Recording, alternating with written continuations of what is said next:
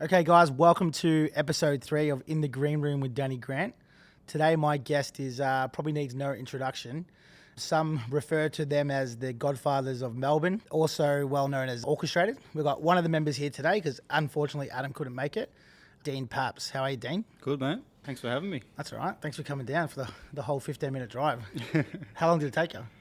Actually, the freeway was pretty good. Yeah? About 20 minutes. So you lucked out. Yeah, it was good. Yeah, as I said before when I was talking to you, there's absolutely zero shortcut. No other way. Oh, can you go down Wellington Road maybe? No, not at that time. Yeah, because I've got friends live in Croydon and the best way for them to get is like legit straight over the Dandenongs. And it's actually quicker than the freeway. It's either that or just a helipad. Yeah, that's it. That's probably the easier option. Maybe if this ever kicks off, I can do that. For sure, man. Is Narry Warren far enough for flights, you reckon? From Marine? I mean, if you do that, like that Uber stuff. Yeah, true. Yeah. What are they doing with that? Maybe I can drone people in. Yeah, that's what I mean, those massive drones. Yeah. But I wouldn't do that at the start. I'd let them iron out the kinks. Yeah, I actually met a dude last year. We're at the races and he was back from Canberra and I was like, oh, what do you do for work?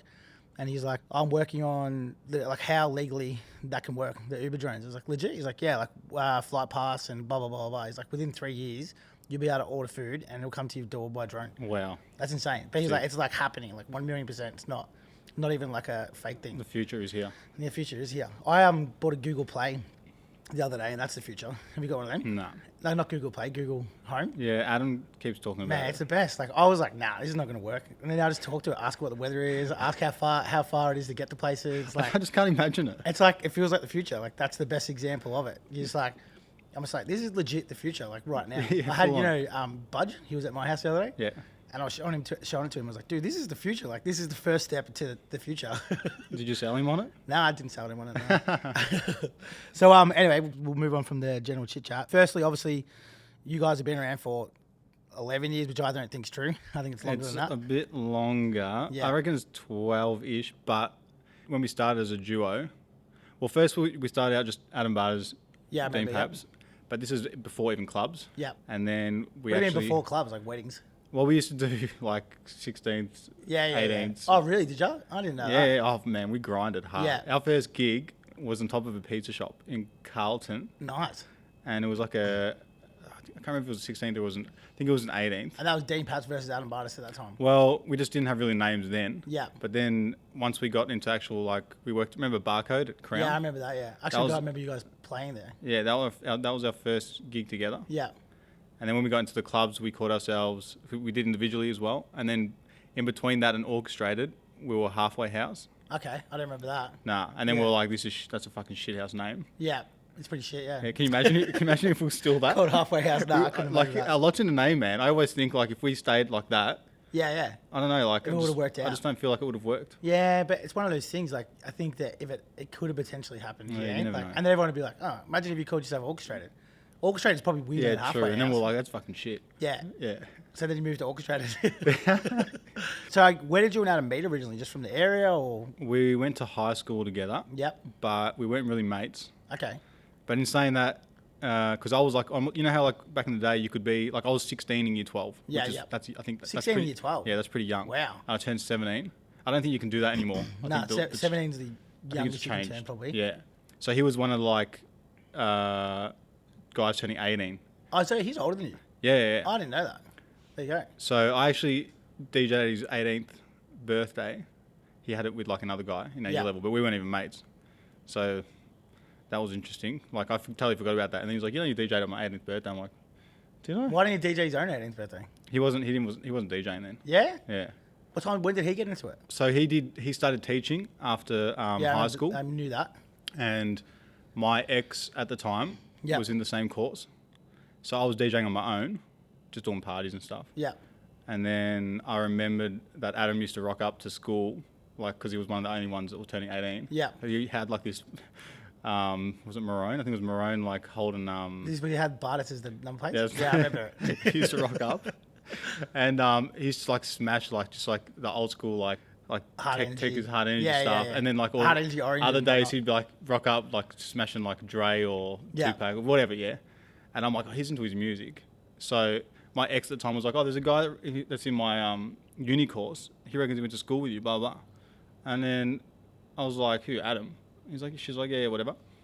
And I'm like, ask him if he wants to do a a party with me because I couldn't be fucked playing R&B and stuff. Yeah, and I yeah. remember he used to rock up to school like smashing it in his car. Yeah. So I'm like, ask him if he wants to come to this party with me on like whatever weekend it was. Yeah. And she's like, all right, cool. So Adam contacted me and he's like, man, I don't know nothing about anything. Yeah. But he's like, I'm cool to like tag along and Learn. suss it. Yeah, weird. Yeah. Now he's a bit of a maestro on the old deck of Yeah, rings. but like I said, we weren't even friends, man. One of my friends in year 12, like full king hit him. Yeah.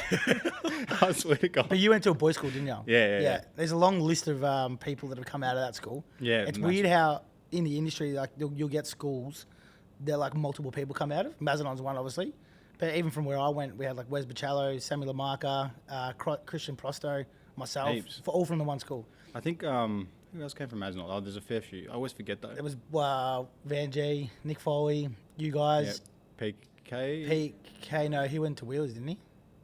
Nah, I thought he went to Mazenot. Maybe he did. Maybe he then did, you I got don't know. Shags, who like R&B scene sort of stuff. Oh, true. All those boys. So like there's a long list I think of Marcus promoted- Santoro went to Mazenot. Yeah. There's another guy, Denzel LeGrand, who's not really doing much now, but he was pretty like good musically Yeah. back in the day. But yeah, it's weird. There always seems to be like little hives of people. Maybe Yeah, one yeah. person makes it and then sort And of the rest just follow. Yeah, maybe, I don't know, but it seems to go that way. Yeah, so that's how we kind of got together. So it was after high school. Yeah. Which is weird. And then we played that party, which was that on top of that pizza shop. I think it was called Mark's Place in Carlton. Good pizza or no? I didn't even sample it. Yeah. But the only reason I remember that gig is because some girl was dancing near us and she was whatever she was doing, like a pirouette or whatever the fuck she was doing. And she knocked one of the lights off the stand and full broke it. And back then we weren't making good money. Yeah. So I just remembered like thinking she'd have to repair that now. Yeah. That's the only reason I remember that gig. Yeah, that's full on. So then you taught him to DJ. He taught himself to Basically. DJ. Yeah. So he had a mate. So he was into cricket and stuff. So he was Yeah. playing cricket on the weekends. And I can't imagine that. No, he was a wicket keeper School as well. teaching wicket keeper. He full thinks he was like the best wicket keeper. But anyway, and then there was a guy in the cricket team who was a bar manager at Barcode. Yeah, who was that? Mark. I don't want to get his surname. I've got the worst memory. Yeah, because I used to know people who used to go there all the time. Carbonich? Nah. He's Polish anyway. Yeah. I always forget the surname, always. He ended up dating my sister for a while, which is weird. That is weird. But he was like, oh, this guy's manages Barcode. He wants us to get a mixtape. And back then, like, I was just playing vinyl and buying, like, I wasn't even buying, like... So even at parties you're playing vinyl? Well, yes and no. Like, Yeah. just depended on the situation. Yeah. But most of the time, I was playing CDs and stuff. But for some reason, with this mix, I remember I just mixed all my vinyls. Yeah. And they were just crap songs as well. Like, I used to buy cheap vinyls because I couldn't afford, Yeah, like, the good stuff. The good stuff. Yeah. And it was just random dance, Where'd you used to buy dance from? music. First place I bought them was Rhythm and Soul. Yeah, in Greville Street. Yeah, and then there's an Alley Tunes in Hawthorne. Yeah, that was near Cheers. And then there was another one off Burke Street, down one of the alleyways. Which one was that? Central No, Station was in the I don't city. think so. What was the one? I think that was another Rhythm and Soul, wasn't it? Maybe it was. But it was I think like it was. you went down Burke Street and you turned right and it was like down one of the alleyways down there. Yeah. I used to just go there and look at them and listen to them. I never bought anything. But yeah. Funny story before we get into that, but around that time, or maybe it was a bit after. Maybe I should wait. I'll wait for that story. I'll wait. Just remind me there's a story. Okay, cool. At what point? After we get into like we landed our first kind of Actual gig. bar gig or Yeah, whatever. okay, it is. cool. But So you played at Barcode. You're playing at Barcode. Yeah. How many hours and stuff were you doing? weekends maybe 6 6 hours. Wow, that's we were getting decent paid sets. about $25 each. $50 an hour.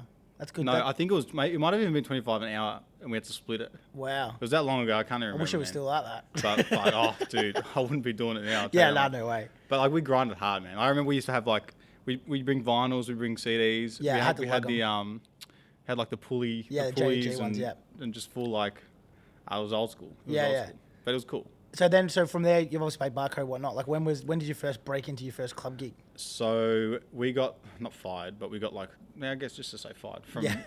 from Barcode. Not because we did anything, because they got that what's that system that generates like all the music. It's like music videos and stuff on its own. Oh yeah. I know. Called, They have it like bowling alleys yeah, and stuff yeah. like that. Yeah. I can't remember what it's called, but they implemented that system into Barcode, so they didn't need DJs Yeah. anymore. And then there was a guy that was a bartender at Barcode and was like, "Hey, my mate's having a birthday on it was like a Tuesday night or something Yeah. at this club that he owns. It's short notice, but can you play?" And well, all right, whatever. Callback, was it? No, that was Manahi. Do you remember? Yeah, the bartender, yeah, flair bartender. So that ended up being Waratah Place. That ended up being TFU. Yeah. So what was it called? Well, it was 2 floors, obviously. Yeah, it was still 2 floors. It was 2 floors then, though? Yeah, I'm pretty sure. Yeah. But it was like no one knew anything about it. Yeah. And then I remember playing at this party, and they were like, "Oh, that was pretty cool, whatever." Yeah. Do you want to just do a weekend thing, see how we go? Like, we're just trying to kick stuff off. Yeah. And we come from like Catholic school. Yeah. And so like even that, those guys are pretty wild. Yeah, and even the club was just dingy, and like we're not used to, like, we didn't go to clubs like that. Yeah. So I remember actually, at first I was like, I don't know, man. Like, I reckon we just stick to parties and stuff. Yeah. And then Adam was like, well, both of us might have been like, what have we got to lose type thing. So we ended up doing that, and we were basically the only DJs. On the Saturday? Yeah, so, and Fridays. Yeah. And we'd work like, I'm sure there were others, but like I just can't remember, but it was fill-ins, like not massive DJs or anything. But at one stage... And what year was this? Because I'm thinking when I started going out, it was like 2004, 2005, and you guys were already close to I reckon it would have been around 2000 No, you reckon we're close to established? Well, because I remember I was 19 and Bartis used to play just random clubs. And I used to be like, there was one night where I went to 3 different clubs to watch him. So I was just proper. Full on, just club hopping. Yeah, I was like, oh, fuck, he's playing there. Because he had these Eric Pies, you know, that Dundalek. Yeah, I used to love that. And he was the only person that played it. So I'd literally flown around to hear that song. Wow. All the Switch remixes, all that sort of stuff. So yeah. And that was like, maybe I was 20. Maybe it was 2000. I reckon it would have been 2005, 6. Yeah. Yeah. So this would have been around 2005-ish. Yeah. So, but it happened pretty quick. But so let's just say Well, maybe it did happen at the same time. I didn't notice. Yeah.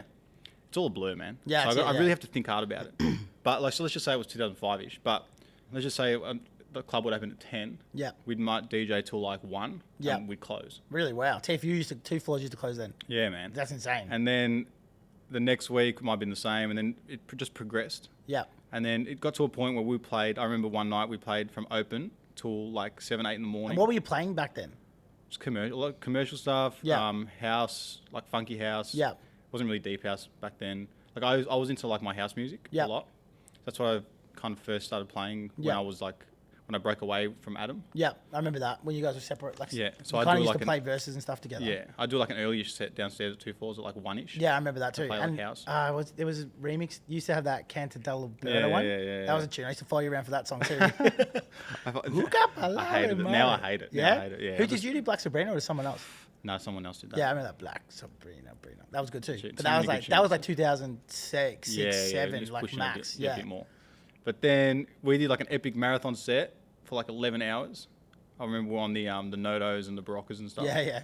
And then I'm like, this is ridiculous, man. We need to like talk to him, get some stuff happening, whatever. Yeah. And then Colbeck came into the picture, and then we started doing Rabata. Well, he was at Rabata first. Yeah, I think he was at managing Rabata because I'm pretty sure he was maybe involved with Matt Giles around the same time. So, for everyone listening, Jason Colbeck was sort of like the original owner of 2 Floors when it blew up, and Matt Giles is the current owner of Tramp. But yeah, so this is going back a long time ago. But yeah, I think Colbeck came in first as a manager, like / was in charge of DJs and stuff. And then there was a guy named Greg. Greg was also a manager, and then there was what's his name, man? I keep forgetting his name. It's an older guy. He was like the main owner. He was gay, yeah? Yeah. Yeah, I remember he tried to pick me up a couple times. Yeah, he always used to try and get my brother into his spa at home. All the time. And my brother used to complain about it, and then on odd nights, I'd see him like full, like butting up to him, like arm around his neck, like smashing drinks with him. Yeah. And I'm like, dude, like, what are you doing? Yeah. And he's like, oh, that's free, man. Like, I don't know. That's right. I remember that's the same as what I used to do. Yeah. Back then, it was like just the transition between like 1 Love and 2 Floors. So I was still wearing a lot of pink. So he was like, well, here we go. Yeah, that's Danny, what his name was Danny. Danny, his name was Danny too. Yeah. That's the first conversation I had with him. He's like, what's your name? So Danny's like, my name's Danny too. Yeah, I reckon I met him once or twice, so never more than that. I feel like he was just he just bought the venue and so he could have a place to just have drinks and whatnot. Chill on the it's not weekends, uncommon. Yeah. Fair enough, whatever, if you can afford it. Yeah, that's it. Good on you. So when was the transition point? Because obviously, like, I was actually going to talk about TFU later, but the reality is we're already there. Yeah. I didn't realise that you're there. So when did TFU sort of turn into... And TFU is a name that started well down the track. So originally it was 2 Floors up, and everyone used to call it 2 Floors. That's what we used to call it. When did that sort of like pop off then? Like, because when I was going there, it was like already busy. And for me, it was like, I'd been going to Prince, and there was Dirty Dozen parties, if you remember them. Yep. And I checked one of them out because I saw it on the One Love forum. And then I was like, it just completely changed me. So I changed my dress sense. I changed everything. Because that was like electro when they started playing electro. Yeah, man. And I was like, this is more me. Like, this is sort of more rocky or like hard rather than the kind of real Bob Sinclair, like real housey stuff. When did that happen? Like, what do you remember or not? Well, like I said, everything happened so fucking quick. Yeah. And like, it was around that 2006, Yeah. 7, Yeah. I reckon. But then, like I said, from those epic nights that Adam and I were doing, Colbert came in and started booking other DJs, yeah. and then through to recovery. And because back then he was getting like the best of the best. Yeah. But I wasn't fully in tune with like what was happening in the industry still, because it was just us playing at this club. Yeah, for sure. So I only met... So it sort of fell on top of you almost. Yeah. So then I was meeting this guy, like, oh, this guy's name, this is Shardy. Yeah. This is Nick Coleman. This is... Nick Corvo. Nick Corvo as well. This is T-Reg. This is Boogs. This is, you know... Yeah. So I was like, hey, how are you, man? And then, so where were they at that point? They'd been playing Revolver and stuff prior to that? Yeah, for sure. Yeah. And like I said, I wasn't really like keeping tabs of what was happening. Yeah. And then I think they already had the following, or a lot of them had the following. Yeah. So everyone was like, well, let's go check this place out. So we were like just these young pups. So you just happened to literally we be just right happened time, to be right there, place. man. It was literally pure luck. Wow, that's pure insane. luck. I did not know that. Yeah, pure luck. Yeah. And then, all the heavyweights came in. So I think that's why people started taking us seriously really quickly. Yeah. Because they're like, well, these guys are residents with all these big names. Yeah, because as I said, like going back to Dirty Dozens, which had all those guys. I had Boog, Spacey, T-Rec, Corvo, Coleman, all the big wigs from We back used to then. have like, before, like we used to have Dirty South. Dirty South, I remember that. Would play there. Chardy, and you guys were in the mix of it. So I remember sort of the same thing, but like everyone played so differently back then. So you'd hang out for it. So you knew like the recovery stuff was going to be kind of more weirder, like. And then the earlier stuff was never ever. It was all when I was there. It was all electro-y based, like harder stuff. But I remember Quest Candy Girl. That was a banger. That was probably the same time that I moved into that, because I reckon I heard that song and I was like, where can I hear this kind of music? And then someone let me there, and then it changed my life personally. Like, to be fair, like I think it changed people's lives in the negative for a lot of people. But 100%. I used to see some pretty shit stuff. Yeah, for sure. And then people that I know that are probably still recovering from it, but some of us, like myself and you, and got lucky because we turned it into a career. Because like when I first started, I also fell into it. So I was kind of working as a promoter here and there, and I ran my own gig at Circus, which was called Fornicated, through Pommy. And I was just doing it just because I wanted to impress my mates or whatever. Yeah. And then at the time I was selling like 150 tickets to Dirty Days, and I didn't realize that was good. So I was just doing it because I made $5 a ticket. It was sweet. And then I sort of got wind that I could make money, and I said to them, I'm like, I'm not going to sell tickets this one. And they were like, well, you can't. We'll give you a percentage. And that's sort of like, that was the first time I was like, oh, okay. So I literally fell into that too without even realizing. Like your first kind of negotiation. Yeah, well, not even. That was sort of inadvertently. Yeah, kind of. Yeah. So it was like, for me, I didn't realize what I was doing was that well. I didn't do the maths, probably because I was too tired all the time. I remember your name used to just pop up though, because the boys would be doing whatever count tickets money I know it was, and your name used to always pop up. But I sold bulk tickets, I reckon, for a year without realizing my value. And then it was like, and then it was like, just when I left, like, don't leave, please. And then it was myself, Adam, Colbeck, and Kyle, so for all four of us. And then I was there for so long, man. And that's something that people don't know about me, is like, TVU created my career. I was there for 4 or 5 years on and off. Like, we'd have run-ins with the guys and leave and come back. But when I kind of replicated Corova, which was the next generation after you guys, which is Heath and Mike and all that sort of stuff, that was because I was that? What year? That would have been like 2010, okay. So 9 years ago. But that was like Mickey Knox, Heath, John Doe, all those guys. And the way that happened again is like talking about random stuff, was that when I left to do that, because we were doing the Fridays there, it was called Silhouette Fridays, with shit. Yeah. But anyway, they were like, you can never book out DJs again. So I was like, fuck. And then I was like, what am I going to do? And this is before MySpace. You couldn't just hit up DJs. You can't hit up anyone. So then I was like, boys, do you know anybody who DJs? And I sort of just started putting the line up. And I had like ports, like Chris Patali, PK, all those dudes. And I was like, you got any mates? Like, got any mates, we'll chuck them on. And then that happened by default too. And it was like so dead at the start, like 30 people. And then it just gradually got bigger and bigger and bigger. How good's that though? Yeah, it was great. And then it popped. Nothing organically happens like that anymore. Yeah, it's true. That's very true. Because I guess you can pay your way out of it now. It's too easy. Yeah, it's a competition for cash and marketing. And that's why, on top of that, like you just said, you had a problem because you couldn't find DJs. You couldn't find DJs. Yeah.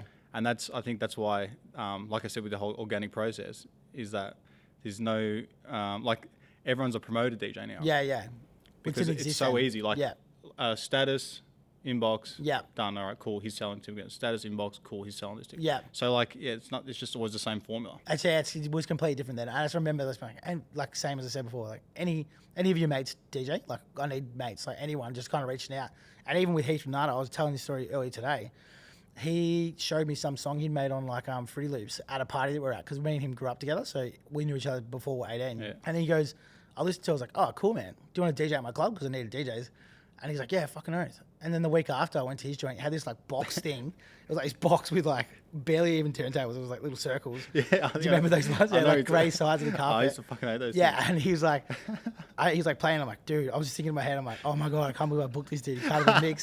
And I'm like, will you be sweet by Friday? He's like, yeah, I'll be good. And he was good. Yeah. That's how he sort of started. But How yeah, good. times were different back then. And you could, and also too, like networking was more important, because you'd meet people out constantly, and then they kind of become your own community. Yeah, for sure. And I feel that's why I don't think that he could replicate like what happened. Nah, man. Yeah. And that's the same with like camaraderie between DJs as well. Yeah. Like back in the day when that was all starting, even like when Adam and I kind of found our feet. Yeah. We go record shopping, for example, be it Capitol Records. I think it was Capitol Records, which is off Chapel Street. Yeah. And let's just say we'd be in there, and then the guys there knew what we kind of like. They get our vinyls ready, so off we go. And then like Boogs would walk in, and then say hello to Boogs. So we have a little convo, and then Boogs is over there doing his thing, we're doing our thing, and then like Smiley would walk in, or like Dragon would walk in, like Dirty South, so like it was like when you talk about the whole organic thing and meeting up and so just that's how it happened. Yeah. That's how we got to know each other. So obviously we got to know each other in the clubs. Yeah. But that's another aspect of it. Yeah. That you can't replicate at all. No, it's impossible. We're going to fight each other. They don't even have forums anymore. No. It's like not even that exists. So I miss that. I don't miss buying vinyls. I do, but like you're paying $20 a vinyl. Yeah, they're expensive. Yeah. Like if you want like 5 or 6, 7 tracks of the weekend. Yeah. It's a lot of money, man. And we weren't getting paid a lot of money either. It's funny, Piero. So Piero, obviously old school DJ. Years ago, for no reason, he just gave me like all these crates of records, and I'd go through them and it'd be like Stardust, Music Sounds Better with You, like 5 records. And then I'd be like, why'd you buy 5 of them? He's like, because I didn't want anyone else to have it. So he's like, I'd just buy the whole record, the shop out. It's so funny you say that, because I forgot about that. Like we'd get told like there's only one left of, let's just say it was Moose T's right about now. That was like a hot 100%, record. it's huge. And this is literally the last copy. There's not going to be any more copies in Melbourne for 2 weeks until the next shipment comes, or 3 weeks or whatever. So if you were lucky enough to get it, even like the top dogs could not get it. They'd have to wait. So you're the only ones in that club playing that song. But that's what I mean. Like for me, so when I kind of, I guess, fanboyed artist, it normally started because of that exact reason. Yeah, for sure. So it's like, oh, I love that switch tune. So it's like you knew you could only hear it if those DJs played it, and you knew they were going to play those 4 or 5 songs you loved. Yeah. So you'd have to follow them around if you wanted to hear it. Yeah, for sure. I guess, the progression from sort of like, so you played a lot of house and you played a lot of other stuff. Did you play hard energy stuff or no? No, not really. Yeah. Although the first stuff I produced, Yep. when I say stuff, like it was pretty shit. Yeah. But this is just kind of going back to that story that I was going to tell you, is that like I was really into trance and stuff. Yep. And I made this tune. Being Greek, that's sort of a given, isn't it? Yeah, I guess so. It's like it's in your blood. It's like inherited. Like, even at 50, you still have to like it. But I made this tune. It was called Journey to the Peak. Yeah. And it wasn't great, but I didn't know anything back then. And this is probably just as it was like the movement was starting, so I didn't have a big name or anything. No one knew who I was. I decided like, how do I get into the industry? I know the story already. Yeah, I put it on Facebook, but not many people would still know. But yeah, so like I literally spent so much money pressing this. I put this song on vinyl. I pressed like 2,000. How old were you? Like 18? No, it would have been early 20s. Yeah. I made like 2,000 copies. Cost me a shitload. Yeah. Jesus. And I didn't know how many I needed. Yeah. I just remember my mum saying like, what the fuck? Like, what are all these boxes in the garage? I'm like, Mum, I've made it. Yeah, But and then I had like my little bag, and I went to all these record stores. Try to sell it. On consignment, mind you, so I couldn't even sell them.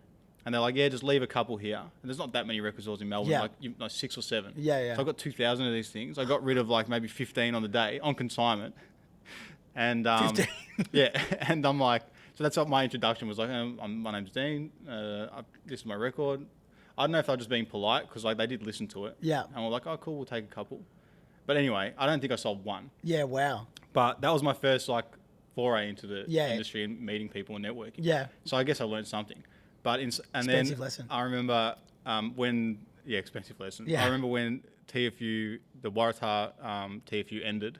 There was I don't know if you remember, but we moved to like a corner place on King Street. Yeah, Rare, the steak joint. Yeah. I hated that joint. Oh, I actually cried It in sucked. that place, knowing that like that TFU was over. Actually, it was the first time I full cried. Like, But it happened so like a quick, baby. I remember too. It was like this weekend TFU's closed. And I was like, nah, fuck off. It's that's so true. abruptly. Yeah, it was Danny, like this is the last night. If you don't make it, you can't be there. And I was Yeah. like, no, it's not going to happen. Danny full changed the locks on us, everything in like a day. Yeah. But Do you know? Can you indulge into that? What that story is, or not really? Is it too? I'll try and remember. I'll finish this one quickly. Yeah. And then Boogs was playing at that joint, Rare, whatever it was called. I don't even know what it was. No, it was Zest or Zest. or Zest. Yeah, Zest. Zest. That's it. He was playing that record. That your record? Yeah. What? I'm talking like 6 years later, like 5 years later. Wow. As a joke or like? Yeah, I looked at Books, and he's got this smirk on his face, and it's hard to get Books to do anything. You know, Yeah, like, for sure. Yeah. So like, I love the fact that he actually like premeditated this. Yeah. Because like it's hard to get anything out of him, but because he used to work at Central Station. Yeah. And he found the vinyl in like the back of the That's old funny, stocks in the storeroom or something. Yeah. And he looked at it because it still said Dean Paps on it. And obviously he was like, I'm going to trip this guy out and play it because I was playing after him. That's hilarious. So, it was good How'd it stuff. go 6 years later on the dance floor? I don't think it went very well. Now I've got to hear it. I Yeah. have to go buy a vinyl player. You know what? The funny thing is I had that many copies. Do you think I kept one? None. No. Just chucked them all. Yeah, chucked them. Yeah, wow. Yeah. That's Pretty dumb. So obviously TFU closed down. Probably no point going into it, but I'm sure there was some dodginess around what happened. There definitely was. And they continue to be dodginess for the next 8 years. Probably no need to delve into it. But yeah, it was the almost the underworld at some points. Yeah. And it's a story in itself, but I think that if it was ever to be told, it should be told by the people who were heavily sure. involved rather than sort of us. Yeah, for sure. I guess going back to the music stuff, so then there was electro was very much a big part of the influences of you guys. At what point did everyone sort of start producing, and what point did you guys start making music, and what point did the Melbourne sound, which is what it was called, or TFU music, Corova music, whatever, when did that sort of start? Like, what's the story behind that from your memory? Yeah. So I just remember always kind of being into production. Yeah. But never being really good. And that's why I'm saying, like, you know how you're talking about that Third Face remix I did? Yeah. If you actually listen to it, like... It's horrid, but everything was horrid. But yeah, like that, it's got that electro-y, Yeah. even some cool tunes that are really good from back then, you listen to them now and the production value, it sounds like shit. Yeah, they're still good though, because you remember. But it's just good, like good memories and stuff. But I was always reluctant to like put stuff out because I always doubt myself. Yeah. Even now I still doubt myself. But I'm just that way inclined to do always. Yeah. I think a lot of artists are though. Yeah, it's that's sort of why common. it was good. Like Adam was always there to be like, that's sick, bro. Because he wouldn't lie to me because it's our careers at the end of the day, you know. So if he'd say that it was good, I'd trust him enough. Yeah, and I trust Adam as a tastemaker. Like, he's been on and off one of my favorite DJs forever. For sure. So when he's on. Like, I think he's almost hard to be beaten. Yeah. I think Orkestrated's the same, but especially when he was younger too. Like, he was an animal. No, he was just super dedicated at what he was doing. The influences probably started when like Adam was infatuated with Boogs, for example. I think everyone was though. Yeah. And he was just even still, like he is now, but he was just a whiz on the decks, like a cappella wise. Adam or Boogs? Boogs. Yeah. Adam just admired that in Boogs like a Yeah. lot. So he'd always. So Adam's kind of replicated that though, because if I had to say who was one of the best DJs I've seen after Boogs, I'd say Adam probably. With acapellas and stuff Yeah, like that. he's unreal. For sure. And that's literally where it came from. Adam would just watch Boogs, he'd follow him everywhere and obsess over him and watch over him. So Boogs would always chuck acapellas over, like, I guess, like your electro stuff, but he also like the revy type of stuff, and more like laid back, the housey and stuff like that. Yeah. Whereas once the electro started getting a little bit harder, like that Moose T, like right about now sound, and it was like, remember Ira and Chopsticks, and it was like that electric, like those sounds just started getting a bit more edgy. This is sick, soul groove, all that sort of stuff. That's when that was its own genre in itself, and that was 1,000,000% the influence of what come next. For sure. In my opinion. Yeah, 100%. Yeah. So then Adam would start flirting with putting vocals over like the more tougher stuff. Yep. And then I kind of was like... That stuff, I was obsessed by that when you guys started doing Always. that. Like, it was the biggest thing. Always. Remember Dub Be Good To Me, that was PK, not him. PK edit. Fuck, I love that. Yeah. It was so good. That's where it all started. It was all started with just edits. Yeah. Remember, what was the other one? You are a cutie. Yeah, that was like Cutie. further down, but yeah. Now, are those Sunday, what are they called? Sunday Church. days? Yeah, those ones from TFU. I would still flog them now. Yeah. Like, I live by them. And every time a new one came out, I was like, yes. Yes. Like, That It was was the best. there's another thing that's gone. Yeah, Like, exactly. You, Yeah, you have to. mixtapes. You need to rock up to a club early to get the CD. Yeah, that's it. And then if you're you not had be it, 100, you know. yeah, if you had it, then it was like people were chasing it hard. Yeah. People would be on forums trying to get it. It Full was on. like, yeah, and you couldn't stream it or download it. No, you had nothing. to. Nothing. Yeah, they're the things that so you kind of. Sometimes it's good to reflect and remember what it was like back then. But I remember people playing vinyls, and now it's like Yeah, it's like what the fuck. no one would know how to do that. No. Yeah. But So so you reckon you could still do that? yeah, for sure. Yeah. I reckon it'd be shaky at the start. Yeah. But yeah, it's like riding a bike. I guess. Yeah, for sure. So with that vibe, so Adam started flirting with that kind of stuff. Yeah. But I remember, like, I went to Greece for like a month, Yeah. and it was around that Moose Tea right about now thing, because I remember Adam messaging me saying like, "Dude, I got this fucking tune. You got to hear this tune. You got to hear this tune." I was on holidays and stuff. I didn't give a fuck at the time. Yeah. I'm like, yeah, I'll when I get back, you can show it to me. Like, it's just a tune, man. So then when I got back, on top of that, when I got back, Adam had just exploded. Yeah. Like, he was really popular. Yeah. So maybe I was gone for a bit longer. Now, I reckon that was around the time that I sort of got in, because it was like I knew who you were, and you and Adam were the same, and then there was a point where he went boom like that. Yeah. So And then Adam started playing on his own. Yeah. That's when like the whole famous period. No, I reckon it was before that. You reckon? Yeah, I do, because I remember you used to play a lot of like the European nights, I'll say. Yeah. And he used to play a lot of like the whatever. Then he kind of crossed into both. So he started playing the Aussie nights and the. But there was a point where he was just popular, Yeah. and I was still like a nobody. Yeah. Apart from like, No, that was way early, apart from man. if That you was went way to early. Two Floors. Yeah. Oh, okay. Maybe I was. But with the production influence, Yeah. what I was going to get back to is that, like, so Adam went on his own, and he started gigging a lot, and then I started making like those bootlegs or remixes. Yeah. And giving them to Adam to play. because everyone was listening to Adam's stuff. Yeah. So like that Third Face Yeah. thing. Yeah, I guess that was play schools around there. Remember that? Yeah, like All This Love. Yeah. The Simon. That's similar belter All This too. Love. So when he started playing it, I remember the first time that was ever played with the whole Dean Paps thing. That was at Dean Paps. that was at the Saint. Yeah. On a Sunday. He Yeah, played that that was for the the first best time. place, man. Oh, Fuck man, Mondays. so good. Love that joint. And I remember making that tune, and that night I showed Adam that tune, and then he was like, "Yeah, it's sick." Well, it was alright. But did you do another remix afterwards, where the choppy one, or was that the original one? No, that's the original one. Man, that was But then belter. Adam was like, "It needs something else," and then he's like, Dean Paps. all he did was like just turn the mic on. He's like, Dean Paps. That's Yeah. what he did. And I was like, you're a fucking idiot.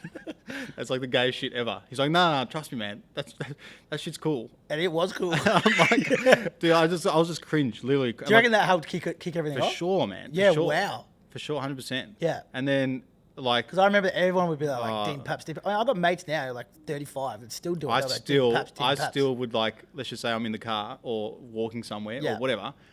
Like people would drive past me still now, And and, say- I'd hear like a distant like Dean Paps as the car's driving past. I'm like, oh my god. My man, mates always like, we'll be drinking and whatnot, and then so like, chuck on Orkestrated, and someone like, Dean Paps. Yeah, Like, followed me everywhere. So I got It's Adam to gold. thank for that. But then I just started making more stuff. Yeah. And then I think the biggest like thing for me was the Man Eater, my Man Eater. Yeah, that was a belter too. remix. I'm living back in the good old days. Yeah, that was the one that kind of like, So was that you? I thought that was Orkestrated. no, that was me. Yeah, wow. So that was the one that like got Yeah. me like it started getting played everywhere, Yeah. and then I was getting gigs from it. Yeah.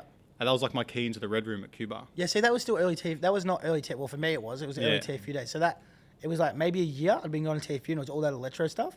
And then that stuff kicked off. Yeah. And that was like, PK was, that PK tune was sort of in the middle of it. But from then, it just escalated, and then everything sort of started to sound, because it was only you guys doing that. Yeah, So that's no it. one else was doing those. No one sort was of- doing it. Yeah, acapella remix sort of thing. And then, so I kept doing, the first one we did together was like Fergalicious. Yeah. Yeah, that's also another belter. Yeah. And then, but not, like I said, no one was doing it. So like everyone was like, this is crazy. And because like Two Floors was such like an institution. Yeah. Already? It was, at that, Yeah. I reckon it was getting there.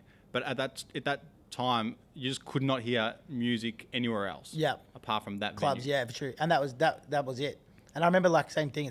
We'd go there, but it was a movement in itself. Like people really resonated with it, and that was their thing. Yeah. And the only way to get the music from it was the Sunday church CDs. That was Yeah, for it. There was sure. no other access point anywhere. And I think the cool thing about Two Floors as well, that sound was, it kind of turned into like, you're either against us, or you're either with us or against us. I remember being at Summer Days, and there was guys from One Love, and we used to go there, and we were like TFU guys.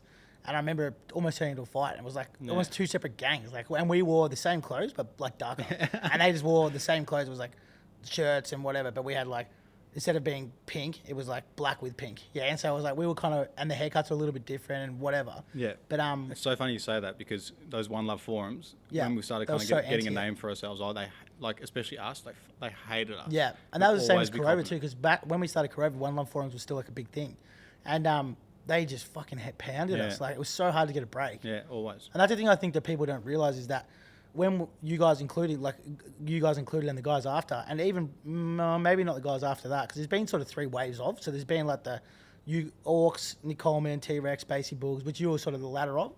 And then there's the Hayes, Stevie Minks, Metro, Mickey Knox's. That was sort of the middle group, I guess. And then the third was like Will Joel and all those dudes. For sure. They went to the next level. But it all originated, even though it doesn't sound the same, it all originated from the same place. And like those boys that you mentioned, they obviously the latter. So like your Stevie Mix, your Calluses, your who else is it? The Chubs, even Chubs. Yeah, Chubs. Heath Renata, and all them. So because that sound was only kind of being played by us. Yeah. Eventually, and mind you, the decision to start Orkestrated was because Adam was popular. I started making my own edits and remixes, and I started getting a name for myself. So then we just decided to join forces because it seemed right at the right time. Yeah. And then... do you remember, I was going to say, because I remember you guys were second after, but you remember Miles Jr. and Adam Bartis when they used to verse? That was huge. Upstairs. And that was humongous. Like Upstairs, that's what everyone hung out for. And then after that, when Miles sort of disappeared, went to One Love, I think. Yeah. Then it was like you replaced it, and then not long after was Orkestrated, and then that just became even bigger. Like massive. I remember like going to the TFU on Burke Street, and sometimes you couldn't get upstairs when you guys were there. It was like a line. You have to wait for half an hour to get up. And you couldn't move. Like I remember Adam and I like in the stairwell, like you could just feel the atmosphere. Yeah, if you were down the bottom, that was the worst part. It was like half dead, and there'd be people like jumping. Yeah. You could hear it jumping. Like if you thought their floor was going to crack, like it was actually scary at points. In the back stairwell, where like the patients didn't have access to, we'd have to like, I don't know. It was just we'd like G each other up. Yeah. Just before we walked out, because we knew how hectic it was going to be. Yeah. So everyone used to smack, like everyone's like banging the fucking walls. Everyone knows that, but like people legit used to bang any surface. It was like boom, boom, boom, boom, boom. It was like a hurricane or like. And those hot nights when that place used to sweat. Remember but that? I think it added to the it was cool. It was cool. This is like not related, but I've got a Nick Coleman story. So Nick Coleman one time he was playing downstairs, and me and my now wife was walking past, and he came off the decks halfway through to greet us, and he's like, "Hey, what's going on?" And then I was like, "Yeah, good man." Like he's like, do you want to get a drink? He's like, yeah, this song's got like 8 minutes. After that, he walked up, and then there wasn't that busy, and he was DJing and yelling at people as he was DJing. He was like, "You don't fucking like this, I don't care." It's such a him move. Yeah. Just already all those old dudes were like that, though. Always. I remember even with T-Rex, he'd be like, "Dude, do you mind playing like this style of music?" And then you could guarantee he'd play the complete opposite of what you asked. Yeah, always. So he was like so on and off. But that's on and off. But that's what made it. They were musos though. Like those guys were hectic musos. They weren't like, DJs. Like they were musos artists. first. Yeah. And that's like the name. Same with like mentioning Nick Corvo before. Yeah. So the name Orkestrated was came from Nick Corvo. Yeah. Because he used to call everyone orcs. Well, yeah, he used to call everyone orcs, and I didn't get what the fuck he meant. And he's like, the orcs, like they're everywhere. They're trying to like take over the world, like. And then like someone would be coming up to us. And he's like, "Oh fuck, this guy's a massive orc. Yeah. Like, I can't even bother talking to this guy." So then that kind of stuck with us, and then we just went from we like that, so let's just that's where Orkestrated came from. But I think a mate of ours, Frank, he heard the story, and then he was like, "You boys should call yourself Orkestrated." Yeah. So where did the Strated part come from? Well, I don't know, because we couldn't call ourselves Orc. Yeah, for sure. Well, that's what people call you now. I just got Orc, and then obviously music like Orkestrated. Yeah. Something to do with music, so I'm like, it just fits. Yeah.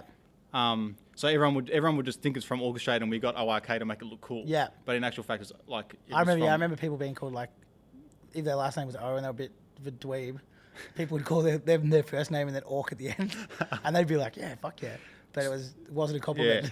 Yeah. So the time when we unearthed like the kind of like not the next gen. So where was that Orkestrated started at the third TFU after Zest or before? Before. Okay, at the original TFU. Yeah. Okay. Wow. Okay. Towards the tail end. Yeah. I reckon, and then Berg Street, it was just like fucking like. But I remember it was just a thing straight away. Yeah. Like it was just like boom, Orkestrated. That's what it is. This is happening now. Yeah, and everyone just was straight into it. And then it was off the back of like Nightcrawler was like. How long after that was it? So 2009. It wasn't too long, maybe 3 years after. Yeah. So was Beach Ball the first song you kind of released together? Yeah. So Fergalicious. Orkestrated was the first. Beach Ball was the first like original. Original-ish, Yeah. because even that's like a bootleg. Yeah, because I remember that, man. That was like when, in my opinion, when you guys took it to the next level. It was Yeah. like when Beach Ball came out, it's just every person was obsessed with it, and everyone was like, they made this. Yeah. Like, and that was the first original, if not Faces of Meth. Like, I feel like there were similar times around that time. So Phase of Meth were like super influential. Yeah, but it's like, I feel like, so at that point, obviously you kind of, I guess you were taking electro influences and you started to make your own music. Why did you make your own music? Because you didn't want people to have the tunes, or like what was the sort of motive? It was just something different, something cool. About and you there weren't guys. a lot of people doing it. There wasn't at all, no. Like, and I couldn't jump on. I'm pretty sure anyway. There was no YouTube and stuff then. Yeah, either. no. So, and I didn't. Or if there was, it was cats like like falling off trees. So it took me ages to kind of like just find my my groove in music production, because I couldn't just jump online YouTube and like how do I get a bass line sounding good? How do I select kicks? How do I? Yeah. It was just how like, did you learn? I just grafted, man. Yeah. It was like really like for a long time, maybe from 16 till like even from 16 to my early 20s, I still sounded like shit. Yeah. And then it was just trial and error. But it's funny, like listening to Beach Ball now, it was so simple and like whatever. But that song, to me, in my opinion, was what formed what come after. Like everything sort of sounded similar to that. Like that was like the foundations of. And I know Nick Coleman's song was huge, and it was like one of the most iconic songs in that movement. But that was like a standalone. Like that was done well. Like it was produced so well, and it was like, and it went massive everywhere. So good. But their kind of underground movement, I feel like Beach Ball was that first tune, and then it was just like everything for ages sounded the same. So it was like, and then it popped off. In my opinion, it was like TFU, you guys were doing it, and that was it. But when we did start Corova and we kind of had that falling out with TFU, there was the boys were all arguing, which I said to Kieran in the last podcast, but they were all arguing about who had what tune. And then they all started making tunes because of that. And then it just went boom. There was like 20 of them. That's when it exploded, because eventually, like, these guys were unheard of. Yeah. And then the only way for them to get their stuff heard, apart from like those nights, but like to get them like to get the ball rolling, was to give them to us. Yeah. Yeah, that's true. So we started getting a catalogue of all these pretty cool tunes. And that's why everyone kept gravitating towards our sets. Yeah. Because like, fucking hell, like this music is so good. Yeah, and no one else is playing it. And then no one was playing it. And then obviously, eventually, someone was like, what the fuck is this? Oh, this is Callous, this is Heat, this is whatever. And they sort of started. And then all these, and then I think that's why how people call you guys gigs. the godfathers of the sound. Because, I guess so, yeah. Because it sort of started there. No one else was playing it before you. No, and that's how they got their leg up. And so I remember, like, this is strange, but I remember when it kind of went to that next level where it started, because when we had Corova and it was TFU, that was it. I and Wawa. So Corova, TFU, Wawa, no one else would play it. Like Billboard wouldn't play it, like One Love wouldn't play it, Seven wouldn't play it. And I really, in the early days, I pushed hard to like get it involved. And I remember we had it a couple of places. And I remember like playing, and we'd have all that crew, and they were like long black fringes and all that sort of shit. And we're at Seven, and that was like a private school thing. And everyone was just staring at us like, who the fuck are these freaks? Yeah, it was like Mickey this? Knox headbanging like with his feet, DJing, whatever. And then Nick Foley was one of the guys who played Heath Renata's Carnival at the Corova. The Carnival at Corova. You remember that? Yeah. Yeah, and then he sort of did a remix to it, and it went online. I remember everyone being like, "Oh my fucking god!" Like it got played outside of these clubs, and then it sort of started from there. In my opinion, it sort of started to break into other markets. Some of the songs, some of the music, and then it got bigger and bigger and bigger. Yeah, for sure. Yeah. So it was like a. It didn't start off as a juggernaut, but it was like just a slow move. It was probably, I reckon it was 3 to 4 years. And then it just morphed. Yeah. And then it was great, because then all of a sudden we had, like I said, all these other tunes started popping up. Yeah. And then that's how the kind of crew kind of formed, that Melbourne sound, the minimal kind of, not minimal, but like that. Yeah, whatever it is. No one knows the name. Back then, I don't even know what it is, man. But back then it didn't even have a name. It was just like, that's the music that we listened to. Yeah. But then all of a sudden there'd be a one-off party somewhere. Yeah. And it was us and the other boys playing there. Yeah. Well, I actually remember, so when we left TFU, we worked with those guys and it blew up. And then it got to a point where we were so big that we were affecting TFU and they were affecting sort of us, I guess. Yeah. And it got to a point where we had to kiss and make up. This happened multiple times. Like we had 2 or 3 times where we were like kissed and made up. Yeah, and then, I remember. And then we'd fight again over something so dumb. hard to stay out of the Yeah, politics. so we just kind of bang, bang, bang, bang. But we went back again and then we took the boys. And at the start they were real hesitant. They're like, oh, no, we don't want them in. We've got our guys. We've got Boogs, T-Rec, Orcs, which were the heavy hitters. And we like kind of put them in, and those guys they got bigger from TFU. So we were like the feeding ground, and everyone who kind of came through there, who made a name for himself, the second step was TFU. Yeah, for sure. Yeah, Wawa was sort of its own thing. It was like Callous. They had their own crew, Joel, all those sort of dudes. But I remember that happening, and then we had another fight with them, and it was actually over internationals because we wanted to do internationals, young and just stupid, really, because we never made money off them. It was a bad business decision, but we're into it. So then we broke off again, and that's kind of like how Loud really started, because we broke off from TFU for like the 17th time. And then some of the boys stayed there. And that was Mickey Knox and Vadim, John Doe. And they stayed there, and then we sort of became our own element. But that was at the time when everything blew up. So it was like we were doing parties with 1,500 people. And there was people coming from everywhere. It wasn't just like that core crew who were into that music. So that was like 2010, 2011, I reckon. Yeah. So then, like it started almost. Then it started becoming like mainstream in the Melbourne scene. Anyway, it was just like ridiculous. And that was a crazy thing for me. I remember trying to break it elsewhere, and people would hear it and be like, "What the fuck is this?" Yeah. I was like, "Dude, check out these videos. Like, look, there's 1,500 people here. Like, mate, this is not going to work anyway." That was the conundrum for us, though, when it did work, because we're so loyal to Two Floors. Yeah. But then all of a sudden, all these clubs want us to stop playing. Yeah. For like decentish money. Yeah, I remember. Yeah. And we were like, "Well, fuck, what do we do?" Because like it's a good opportunity. But at the same time, we're loyal to Two Floors. So we didn't think we'd have to run into that problem. And that's another thing I don't think people realise now, like young guys and DJs, is that how important clubs were back then. Like if you weren't attached to a club brand and was doing well, you're basically people didn't go out and play multiple gigs. Like you played at Corova, and that was it. You played at TFU, and that was it. So it was like your home base. And that was like, I guess, why we had those crews that were kind of almost like gangs. Because they were like, you had to build your career in those places, and you'd only play other places that didn't conflict with whatever. And then that doesn't happen either. No, and that's when it was worth your while paying good money for residency. Yeah, and there's not even a thing anymore. No, like, people don't even do it. Like, no chance. Yeah, so but the people weren't playing 7 gigs a night. They were getting paid really good money to play 2 gigs a weekend. But I feel like that kind of crew thing's died off. Like you can try to emulate it, and obviously I've done it for 13 years now, so it's like I'd try to do that, but it's never ever the same. Yeah, like it's just so fucking hard because you can't replicate that what happened back then. No. And because it's just people have too many access, so people always attacking you from every angle, like other promoters, other whatever.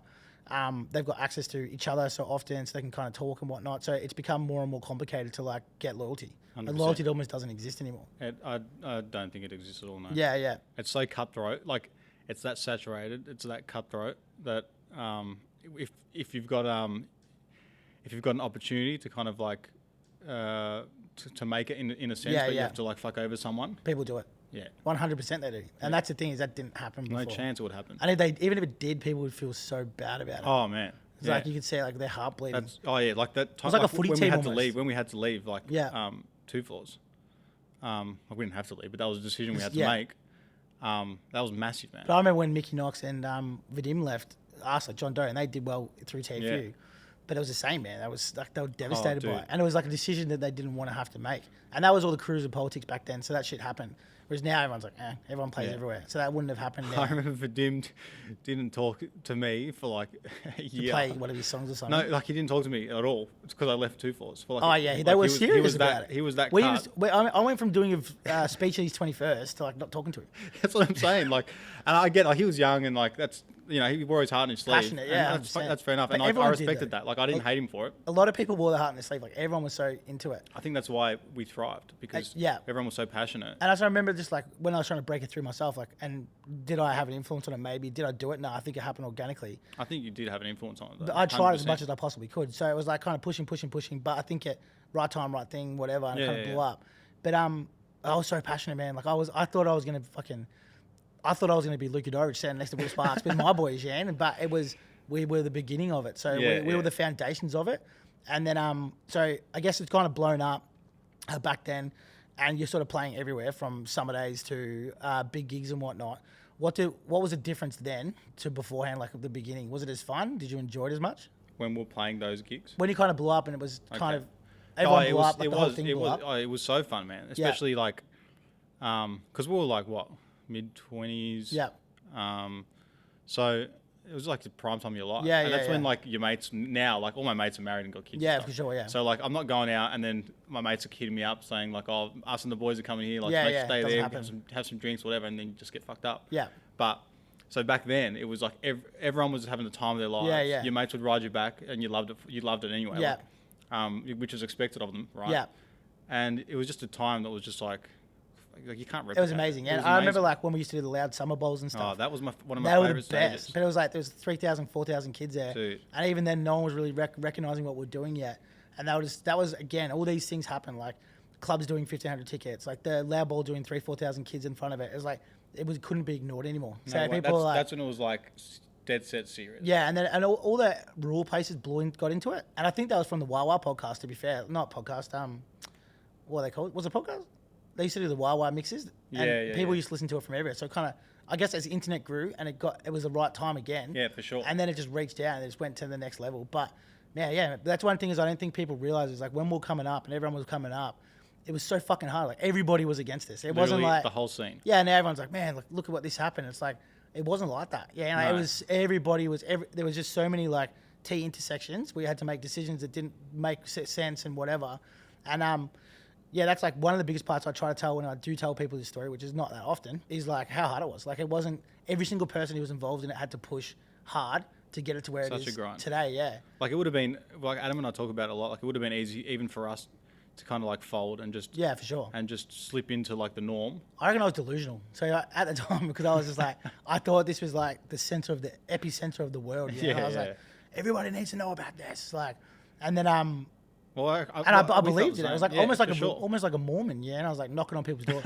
You should listen to this. Check this out. Every time I book an international, I'd be like, give him a CD with all the tunes. And then, funnily enough, TJR, which is one of the biggest Melbourne bounce guys that existed, I booked him to come out, gave him a CD at the airport. He started making that music. Yeah. I remember we were at the football watching. And they were playing like at the footy, like Collingwood, someone, whatever.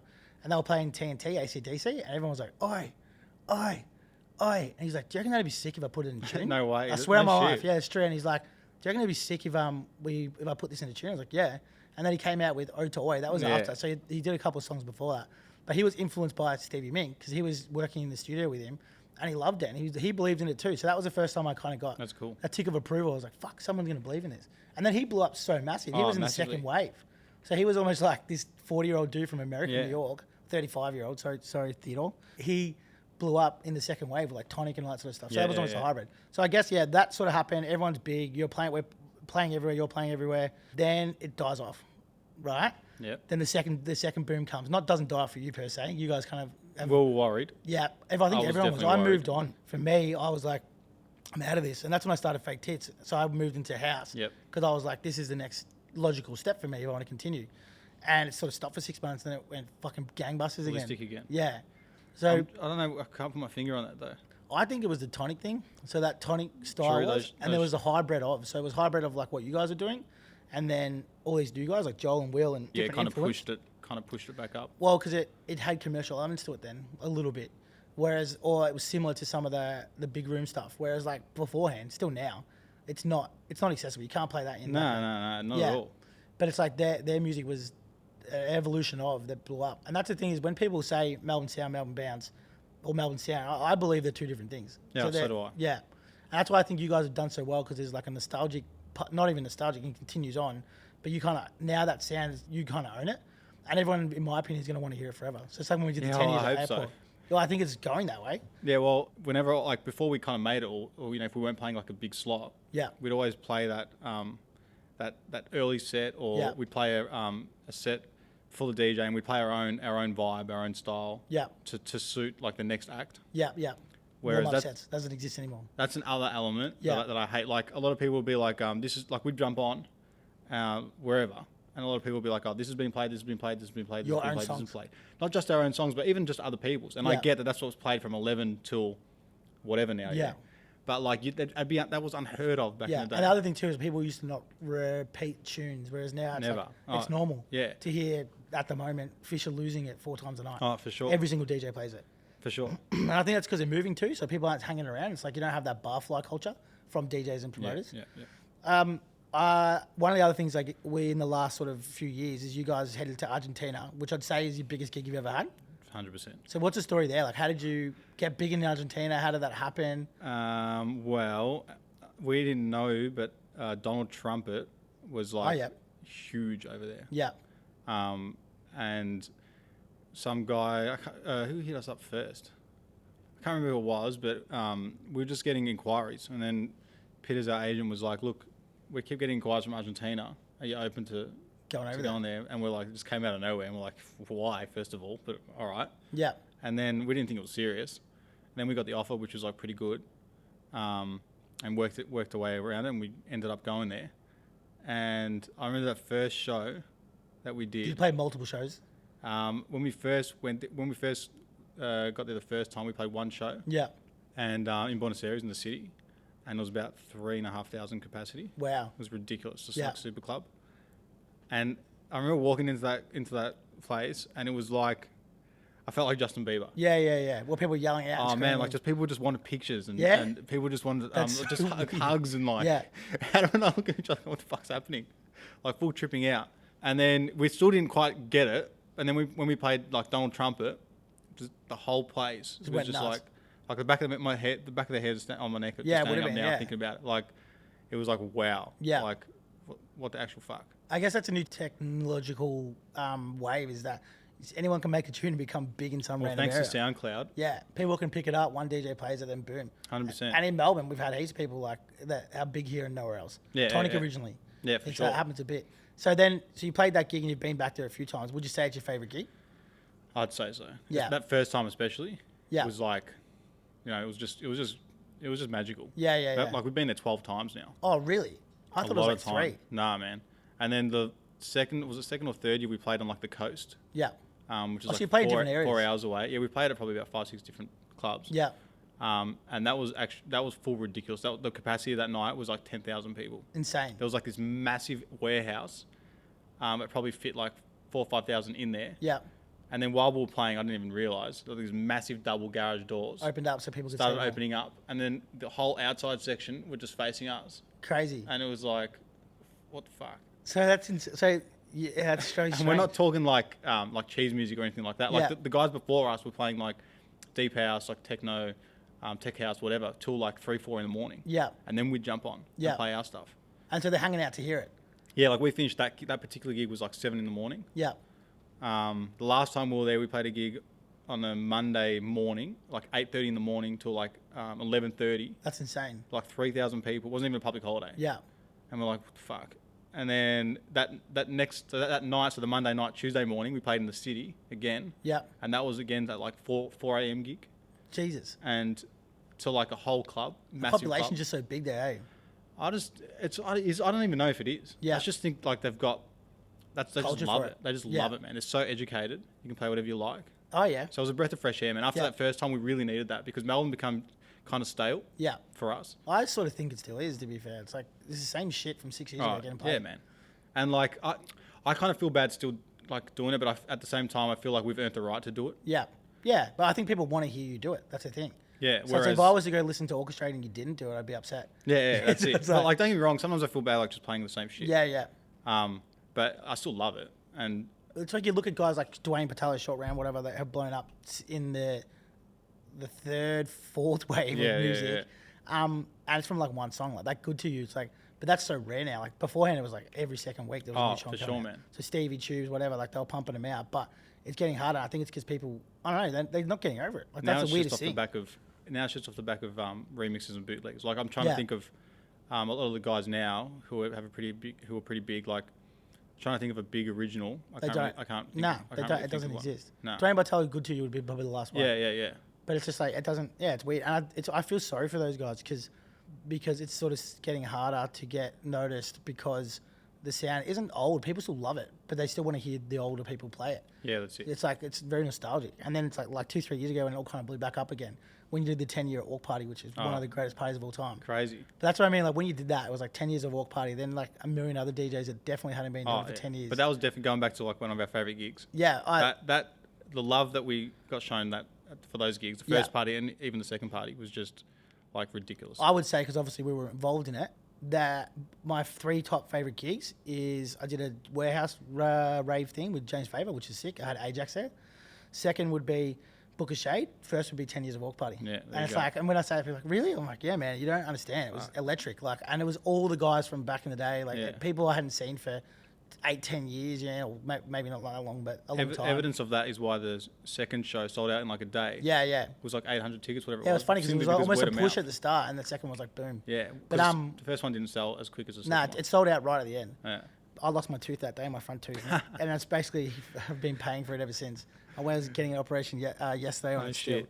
Wow. it was worth it every single second.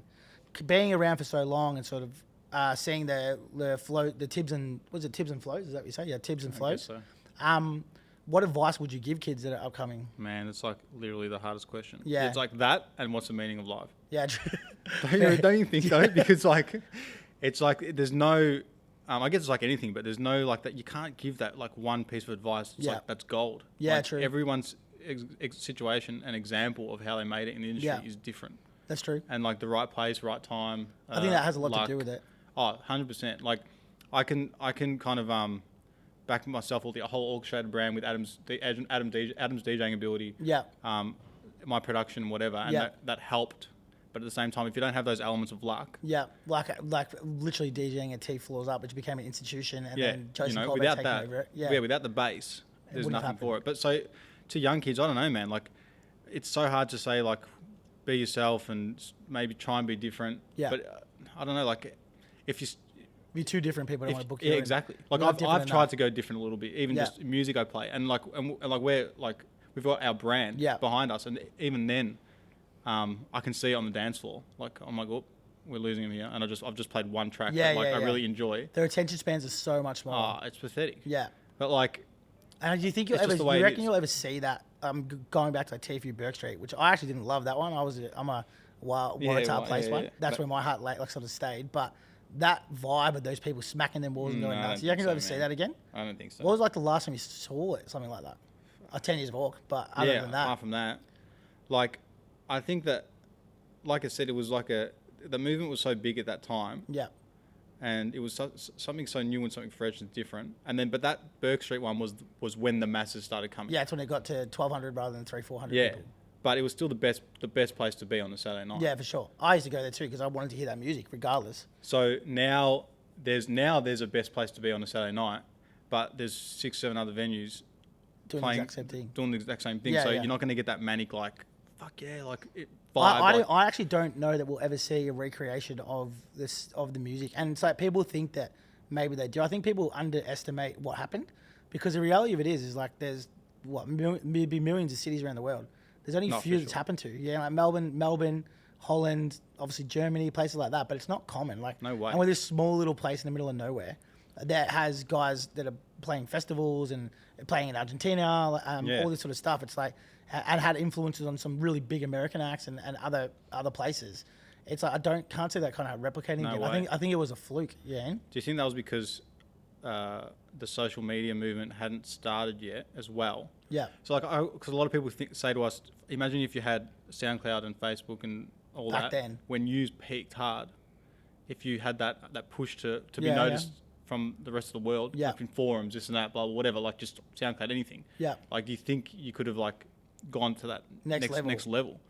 Like maybe, I don't know. Like, I feel like in every scene too, you'd probably talk about like Nirvana. Like I know that's an extreme version of, but it's like I guarantee there was guys beforehand who were the godfathers of. Like I feel like, unfortunately, that's just the way of it is. Like, you got to have the people who test it out, try it, make the movement, and then people come in and they sort of like, I guess, engineer it to what it is next. Yeah, but I've always felt like that movement, our sound that we helped create and stuff. I've always thought it was just enough for Melbourne, if you know what I mean. I never had aspirations to kind of like. Well, it was. I tried so hard, and like we had gigs in New Zealand, and we'd get to Sydney and do it, and it's just like just didn't get no one got into it. No. Then when the a cappella stuff was okay, like people would listen to that for an hour, and I remember playing a gig in Canberra, which is random that I was playing there, but I was playing all that sort of stuff, and people were like, "What is this?" And I was like, "Maybe this is the beginning." And then nothing. So it's just like it was too hard then, and I think that's because SoundCloud and that came in, so there was an overflow of like every single music in the world. Yeah, just like bang, bang, bang. Whereas when we're in Melbourne, when it happened, there was maybe 3 styles. So there wasn't like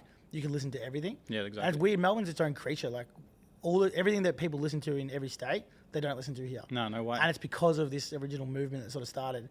And then even with touring agents and whatnot, it's so annoying for them because they can't put any of their acts in. And everywhere, the whole world is listening to something else. We're listening to this thing. It's stuck in our ways. I don't know. Why do you think that happened? It's impossible to answer, isn't it? It's literally it. Yeah. And that's going back to like the advice. It's like I just don't like. Sometimes I just don't know. You can't. It's almost like you remember that there was a Simpsons episode a year ago, and then like Bart accidentally grew a world on like some bacteria, like an old piece of toast. It's sort of like that. Like Melbourne became its own little world. And like someone's like bigger than us, Yeah, just like looking down accidentally into does our so. little world. It's like and, someone spilt some wrong chemical into Melbourne and, just went, poof, and it happened. So And that's it was just a yeah. little I don't flutter. know, man. I don't know. And it's like, but if I had to say something for the new kids, it would just be like, you just have to grind. Yeah. Like you have to be annoying. Yeah, for sure. Like, even if you think like, oh, I shouldn't be, maybe I shouldn't say something. Just say whatever's on your mind. Like sell tickets. Yeah, that's another thing that people, even like I love to go back on that. So it's like, people are like, man, no one's recognizing me. I don't sell tickets. And obviously I'm a promoter, so we do that to people. But it's like, the reality of it is that Orkestrated sells tickets. Like, you don't sell them physically, but you sell tickets because you're Orkestrated. Yeah. And when you first started, it's like, Bartis used to sell tickets. I remember he used to sell them next to me. Yeah. And it was like, Heath Renata used to sell tickets. Like, all these dudes, there's not a person that is big that hasn't sold tickets at some point. So if you think you're better than that at that point, Exactly. it's like, it's not going to happen. And you build your audience by doing that. For So sure. yes, it's negative and you hate it at the time, but you build an audience because you're trying so hard and hustling. And then people go, oh, bottom off that guy, that DJ. Yeah. And it creates your audience if you do well. And that's just a business model now. Yeah, like, exactly. It's literally like, that's what it is. I don't think it's ever changed, but there was more promoters before. Yeah. I think now it's like, it's That's how way people more rely on. important. Yeah. Because like it's so saturated. Yeah. Like it's literally like the only, unless you tin some original. Yeah, that's or it. make like a remix that everyone's just slaying. Yeah, like Britney. That's what he did. Yeah, for sure. But it's like, I agree. There's like, it's you've got to be an outlier. And how do you explain someone to become an outlier? It's an outlier for a reason. Yeah. Yeah.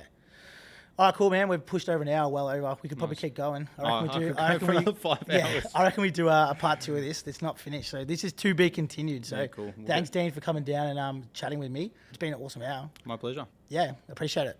No problem, mate. Thanks, Thank you. dude.